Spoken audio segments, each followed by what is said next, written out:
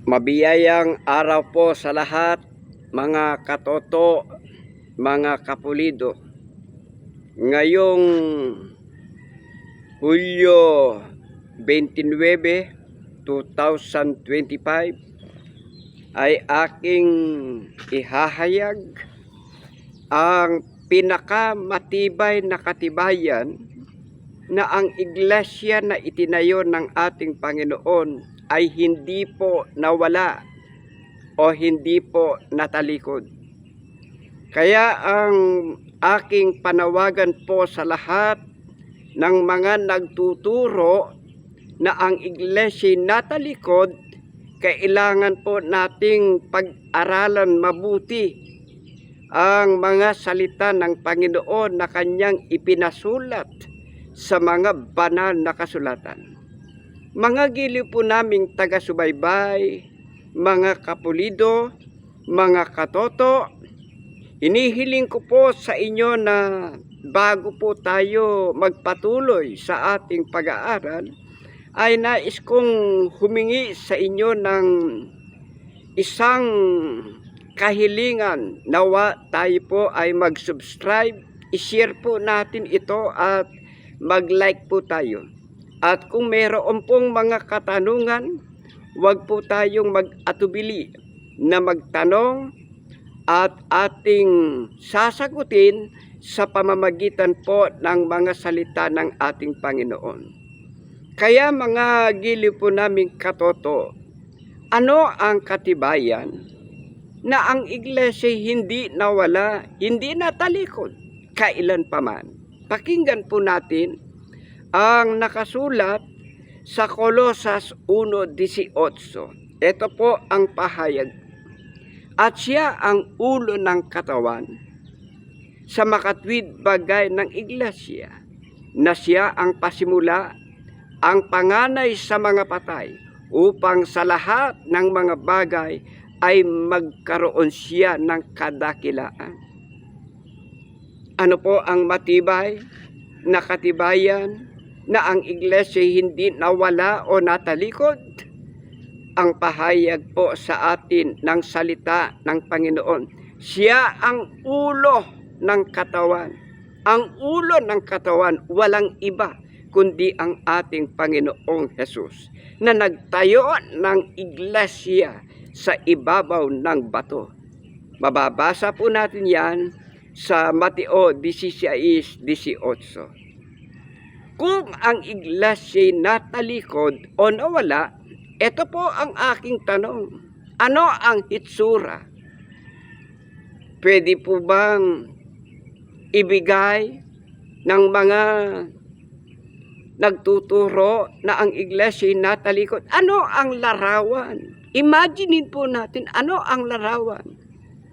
Naroon ang ulo, nawala ang katawan, nawala ang iglesia. Ano ang itsura? Kaya panahon na po para magsaliksik, magsuri at manumbalik sa ating Panginoon sa pamamagitan ng pagsunod, sa pamamagitan ng pagtanggap ng tunay na mga aral ng ating Panginoon, na ito ang layunin ng Panginoon. Kaya po ipinasulat ang kanyang mga salita sa mga banal na kasulatan. Uulitin ko ang pagbasa, Kolosas 1:18. At siya ang ulo ng katawan sa makatwid bagay ng iglesia, na siya ang pasimula, ang panganay ng mga patay, ang panganay sa mga patay, upang sa lahat ng mga bagay ay magkaroon siya ng kadakilaan. Magkaroon siya ng kadakilaan sa lahat ng panahon. Kaya ang kadakilaan po ng ating Panginoon ay hindi napapatid. Kaya kung ang iglesia natalikod o nawala, sa panahon na kanilang sinasabi na ito ay natalikod o nawala, hindi po Dakila ang Panginoon sa panahon na yun. Ito pong mga aral na ito, itong aral na ang iglesia natalikod o nawala, isang kabulaan ng aral. Aral po ito ng tao na maghahatid sa tao sa kapahamakan sa pagdating ng paghuhukom.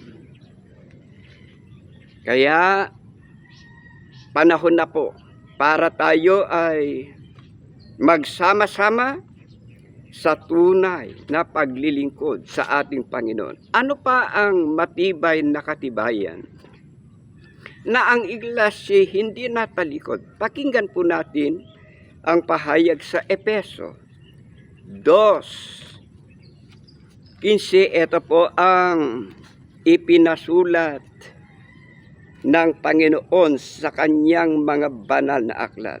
2:15. O magpapasimula po ako sa Gs, 2 Gs. Tuloy-tuloy lang po natin.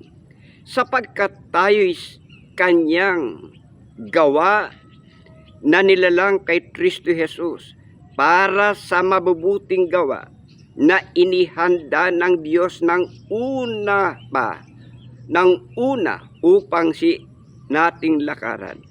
Kaya nga, alalahanin ninyo na kayo noong una, mga hintil sa laman, tinatawag na di pagtutuli, niong tinatawag na pagtutuli sa laman, na ginawa ng mga kamay, na kayo ng panahong iyaon ay mga hiwalay kay Kristo, na mga di kabilang sa bansa ng Israel at mga taga-ibang lupa tungkol sa mga tipan ng pangako na walang pag-asa at walang Diyos sa sanlibutan.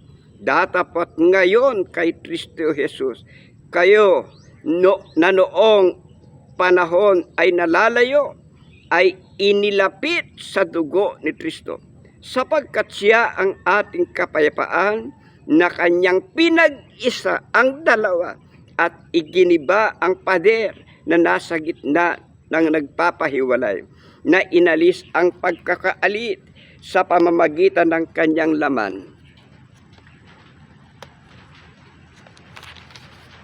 Kahit kautusan na may mga batas at ang palatuntunan upang sa dalawa lalangin sa kanyang sarili ang isang taong bago, sa ganito ginagawa ang kapayapaan. Kaya mga giliw po naming taga-subaybay, ay ang iglesia po ay hindi natalikod. Ang iglesia hindi nawala. Kaya ang Panginoon ay lumalang ng isang taong bago.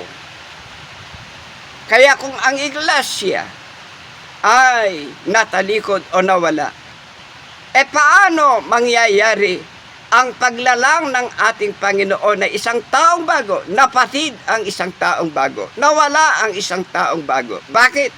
Ang aral kasi ng tao na ipinunla ng mga hindi na walang karapatan sa pangangaral, nagtuturo na ang iglesia natalikod. Kaya paumanhin mga giliw po naming taga-subaybay, lumipat po tayo ng lugar sapagkat umuulan sa aking post. Kaya sa lahat po ng mga may katanungan, magtanong po tayo. Talagang ang panahon po natin ngayon, tag-ulan.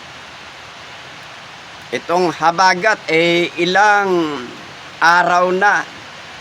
Kaya sa ibang lugar ay bumaha. Kaya sinasamantala ko po ang pagkakataon na lahat ng aking idinadalangin na may karamdaman sa pangalan po ng ating Panginoon. Halimbawa, si Brother Lodigario Canlas, ang dalangin ko sa Panginoon, ipagkaloob ang lubos na kagalingan maging kay Brother Ruben Magno ng Bugalyon, Pangasinan. Kaya hanggang sa muli, ipagpapatuloy po natin ang ating pag-aaral ng mga salita ng Panginoon at umaasa ako na ang maikling pagpapahayag ay ating naunawaan at ito nawa ay tumimo sa ating puso at kaisipan. Nananawagan akong muli iwaksi ang aral ng mga tao na ang iglesia natalikod daw di umano. Ang iglesia daw di umano ay nawala. Huwag po nating paniwalaan. Manumbalik tayo sa Panginoon at sundin ang kanyang mga aral sapagkat ang mga aral na tunay, ito ang maghahatid sa atin sa kasakdalan ng paglilingkod sa Panginoon. Muli, mapagpalang araw po ngayong July 29, 2025. Maraming salamat po sa Diyos ang lahat ng kapurihan.